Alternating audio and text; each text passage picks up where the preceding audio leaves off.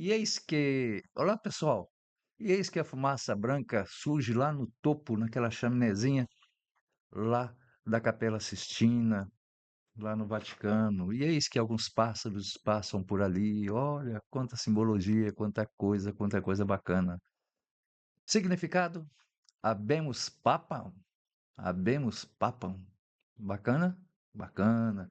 Houve toda aquela expectativa, saía fumaça preta, significa o significado era que o Papa não tinha sido escolhido ainda, até que enfim aparece a fumaça branca e 20.000 pessoas fiéis ali na Praça de São Pedro, né, no Vaticano, aquela expectativa, aquela coisa bacana, isso, né, pessoal? E eis que surge aquele moço, bacana, um ar tranquilo, né? Vestimento de papa, o primeiro estadunidense da história papal. Eu não sei até que ponto tem alguma influência política ou não. O atual presidente dos Estados Unidos, gostou da escolha daquele moço, desse papa, e, enfim, manifestou positivamente. Ok, zero problema, é um cidadão, né? É bacana isso. Esse papa, ele é o de número 267, do centésimo 67º Papa. Ah, que bacana, né, pessoal? Depois do Papa Francisco. O Papa Francisco, nós lembramos bem, ele é jesuíta, extremamente simples, né? E ao seu modo um tanto quanto progressista, aquela coisa lá a referência que ele fazia à turma do LGBT, né? Uma coisa assim bem inovadora para a Igreja Católica tradicional. Já esse Papa não, esse que foi eleito hoje, ele tem um caráter mais conservador, mais moderado, a própria veste dele hoje, né? Aquela veste papal, aquele cerimonial, totalmente diferente do Papa anterior, Papa Francisco, que estava lá com uma batina branca e demonstrava sua simplicidade, essa coisa de jesuíta. O Papa atual, não estou falando o nome dele ainda, de propósito, o Papa atual, ele tem um perfil diferente, por assim dizer, não é?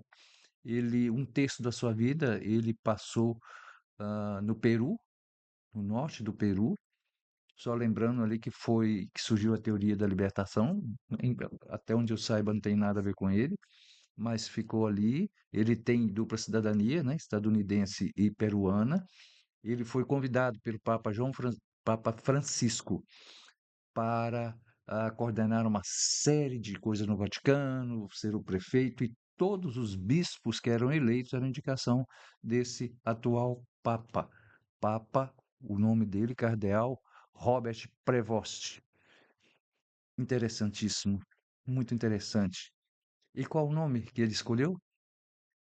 Papa Leão XIV. O Papa Leão XIV, por que Papa Leão XIV? Sucessor naturalmente, por óbvio, do Leão XIII.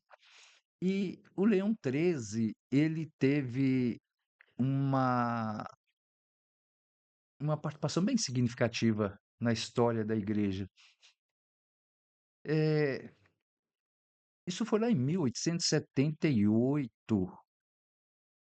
20 de fevereiro de 1878. E olha só, o Leão XIII, ele deixa algumas coisas muito interessantes.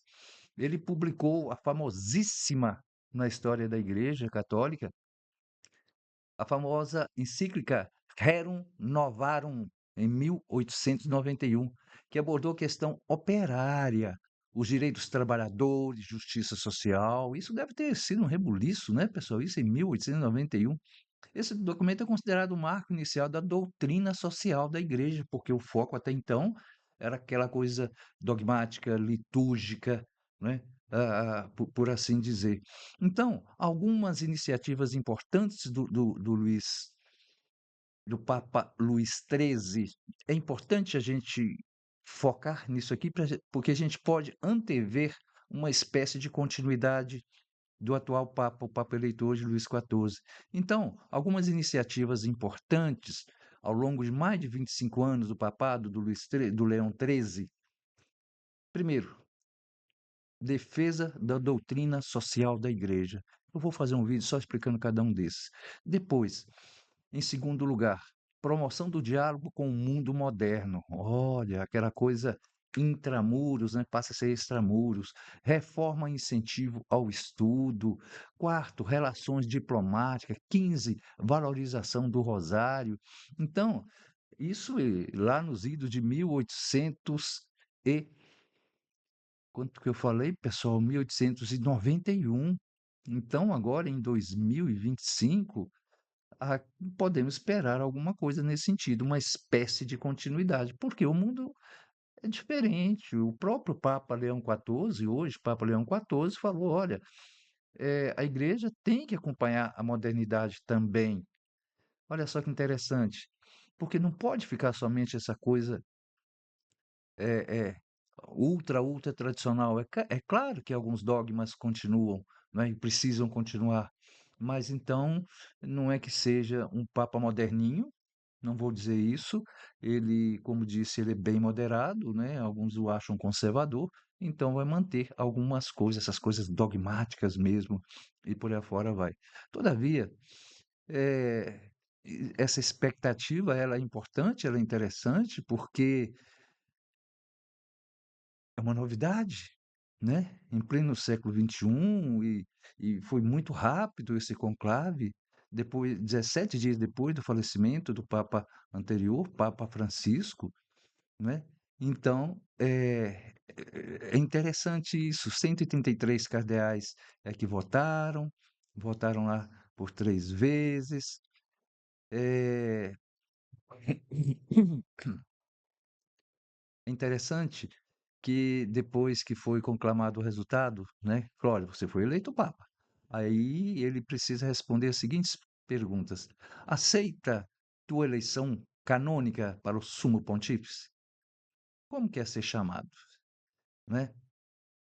Eu disse que o Papa Francisco era jesuíta e o Papa Leão XIV, o de hoje, então, ele é agostiniano. Muito bacana, muito interessante isso. Eu sempre li Santo Agostinho, um filósofo, né? Filósofo.